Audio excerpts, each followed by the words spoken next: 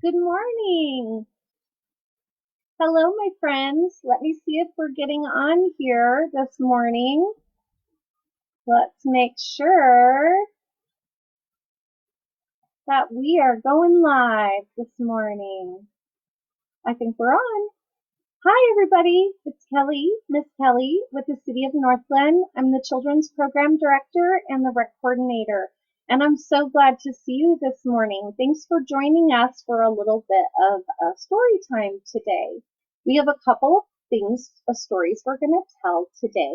But before we start, I just wanted to say good morning to all of my friends. I've been missing you so much at school. And I know that we have been talking a lot on our virtual school, and we've been having a lot of meetings and things like that, and reading a lot of stories and really getting to know each other.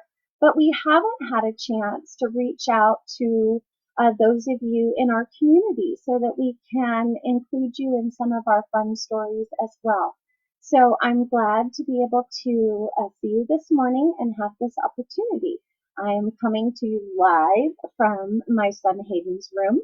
He has graciously let me use his room as our studio this morning, as well as lending me his video skills and his book so that we can read it this morning. So the first thing that we're going to read this morning is a super fun book that I know you all know, but I just wanted to show you that I have some of my friends with me. I have my wild things with me today.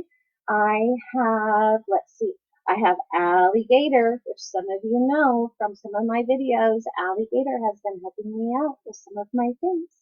I have Cami Komodo, who I have also introduced to some of you as well. So this is my friend Cami.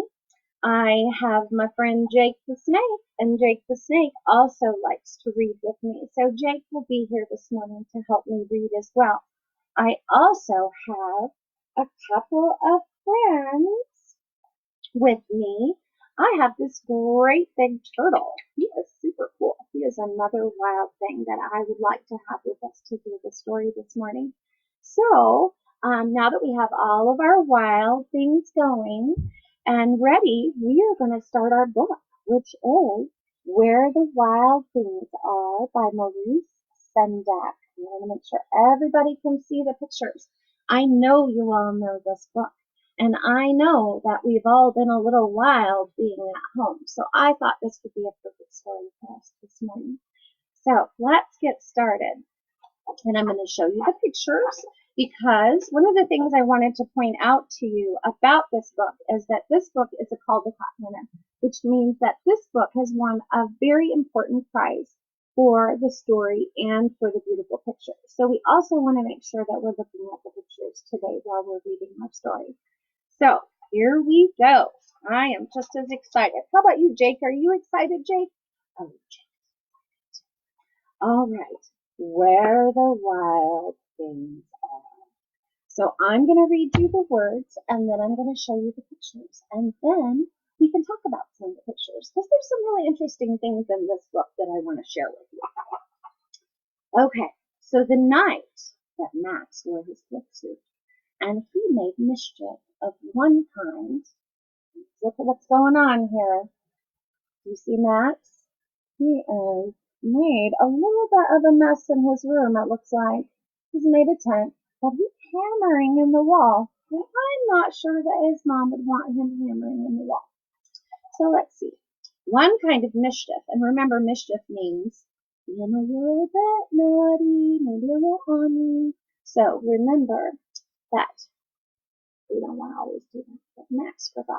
So he was making one kind of mischief and another.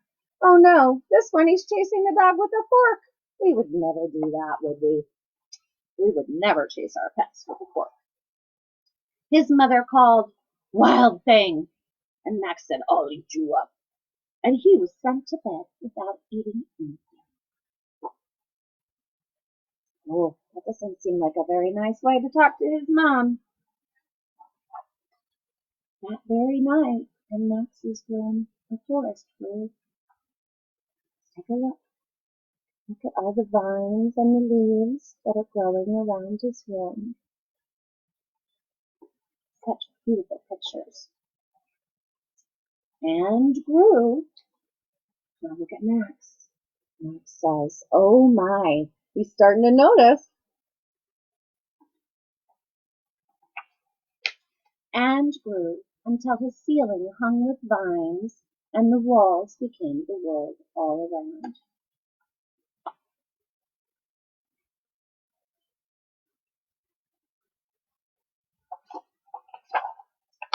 And an ocean tumbled by with a private boat for Max, and he sailed off through night and through day.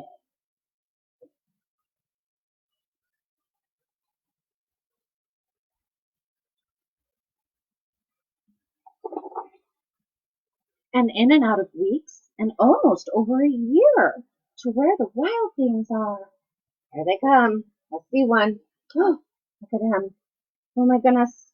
There he is, getting close to the boat. He's got some big claws, and there's Max. Does he look scared? No, I don't think so. Let's find out.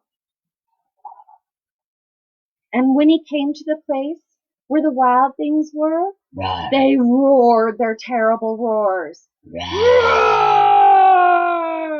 And they gnashed their terrible teeth. And they rolled their terrible eyes. And they shouted. The Max dog. Let's see. Let's look at him. Does he look scared? Okay, let's see where we can get him in there. No, he doesn't really look scared, does he? He looks mad.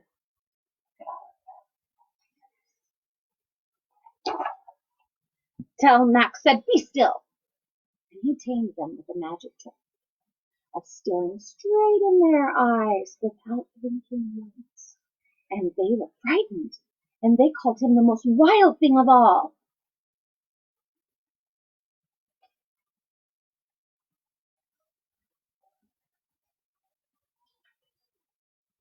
And they made him king of all the wild things. And now, cried Max, let's let the wild rumpus start. And rumpus is trouble. I'm telling you right now. So he's got his crown. Under the moon. I love this one. What are they doing? They're doing what we've all been doing. They're howling at the moon.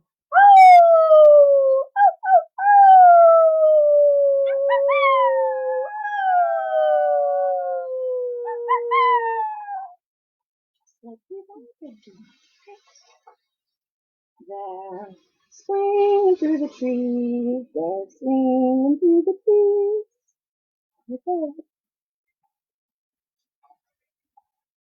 March, march, march, march, march, march, march, march.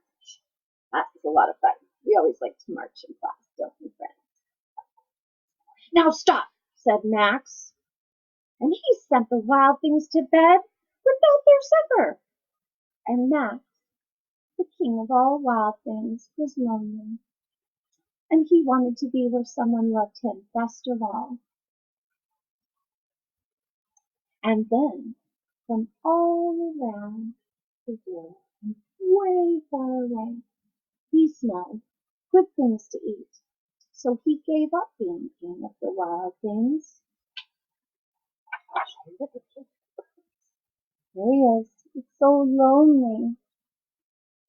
He wants to go where people love him best. Where do you think that is? Maybe that's right. But the wild things cried, oh, please don't go. We'll eat you up. We love you so. But Max said no. And the wild things roared their terrible roars. And they gnashed their terrible teeth. And they rolled their terrible eyes. And they shouted. But Max stepped into his private boat and he said goodbye.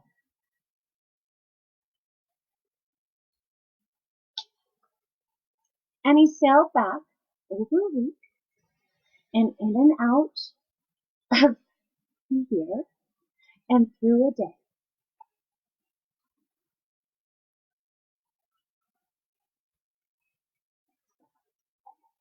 and into the night of his very own room, where he found his supper waiting for him, and it was still very late. And that, my friends, is the end of Where the Wild Things Are. And I hope you enjoyed that. I want to show you a friend that Hayden has in his room that he could help us gnash his terrible teeth. So let's see. Oh my goodness, look at this guy and watch this. That's like gnashing terrible teeth, isn't it? Quite silly. Quite silly. I hope that some of my friends, Leander and Lillian and Zoe and Kylie and Savannah and Lily and Liam and Lincoln, and let's see, oh, there's so many friends that I want to say hi to, and Mason and Kylie, oh, so many, all of my dear sweet children from the class. I hope you had a good time watching the story, but now I'm going to tell you another little story, and it has a little bit to do with what is going on with us right now, right? And this story was written by Susan Perrow, and she wrote this story to help people and to help our little friends understand a little bit of what we're all going through. Now, some of you may have been outside, and some of you may have been around with your moms and dads, and you know that when you go outside, there's something that we have to do, right? We have to wear a mask on our faces, right? And we have to remember that these masks are not scary. No, these masks are here to keep us safe and to help us. So this is one of my masks, and I have things to put over my ears. And look, it's still me. I'm still the same person. I'm under here. Look, here I am. It's the same person. So it's not scary. So please remember that we do need to wear our masks. And I just wanted to share with you that Miss Kelly's wearing hers too. So it's okay. It's all right for all of us, right? All right. So one thing that I would like to tell you is this story, and it is called The Little Gnome Who Stayed Home. And I'm going to switch the camera for just a minute so that you can see Little Gnome and while we tell our story. Okay, so I'm going to move. I got to figure out how to move this so that you can see Little Gnome. There she is. There he is. And so now we have our little gnome. And this is our little gnome right here. If you can see, a gnome is a little bit like a fairy, but not quite, right? All right. So I'm going to tell you this little story about this little gnome right here and this little gnome house out at the bottom of the tree. Little gnome was confused. Why did she have to stay home? Didn't everyone know that little gnomes love to roam? They want to go in different places, don't they? Little gnome couldn't go to gnome school. Little gnome couldn't play with her friends in the forest. And little gnome's friends couldn't visit her. Little gnome was stuck at home in her tree root home. At least she could look outside through the rocks and the tree roots. She was surprised that there was so much to see. Little gnome could see that little ants were scurrying by, brightly colored beetles were climbing up and down in the fallen leaves, and floppy-eared rabbits were hopping in and out of the burrows. But even with all of these things to watch, little gnome was growing impatient. Why did she have to keep staying home? It didn't make any sense to her why she couldn't roam and go outside of her home. But even with all of these things to watch and all of these things to do, little gnome was growing impatient. It doesn't make any sense. It's so beautiful outside, and little gnome wanted to roam. Then Mother Tree whispered to her, "Things are not as they used to be, but trust me, soon you will be free. Trust me, trust me." Little gnome knew in her heart that she could always trust the Mother Tree. Mother Tree carried the wisdom of the whole forest. Mother Tree knew all about everything. The birds and the wind were her friends. get the wind. We have our wind. The wind is blowing by, little gnome. The wind visited her every day, sharing the news of the big wide world. Little gnome could hear when the birds came by. Cheep, cheep, cheep. She could hear them singing high up in the branches of Mother Tree. Little gnome could see when the wind was visiting. She could see the branches swaying this way and that way. Sometimes she had to close her window to keep the leaves and dust out that were stirred up by her busy friend. Every day Mother Tree continued to tell Little Gnome, "Things are not as they used to be, but trust me, soon you will be free." So Little Gnome had to trust, and Little Gnome had to wait, and soon she knew she would be free again to leave her home among the rocks and tree roots. Soon she would be free to once again roam in the beautiful forest. And while she waited, she was surprised at how many things she could find to do in her cozy little tree home. She's going to come over here. Little Gnome could dance, and Little Gnome could sing, la la la la la. Little Gnome could paint and draw, and Little Gnome could do somersaults on the floor. Those are somersaults. Little Gnome can dance. Little Gnome can sing. Little Gnome can help clean and learn to cook and curl up with her picture book. Little Gnome can dance, and Little Gnome can sing. Little Gnome can do so many things. And now, what I would like to say to all of you is, just like Little Gnome, I want you to, within your home, spend some time learning some new things. And maybe that is dancing a dance, or singing a song, or painting a picture, or just reading a book with someone that you love. And maybe, just maybe, you can come back and join me again for another story time. But until then, I want all of you to wrap your hands around your shoulders and squeeze hard. Just give it a good, good squeeze, because that is from me to you.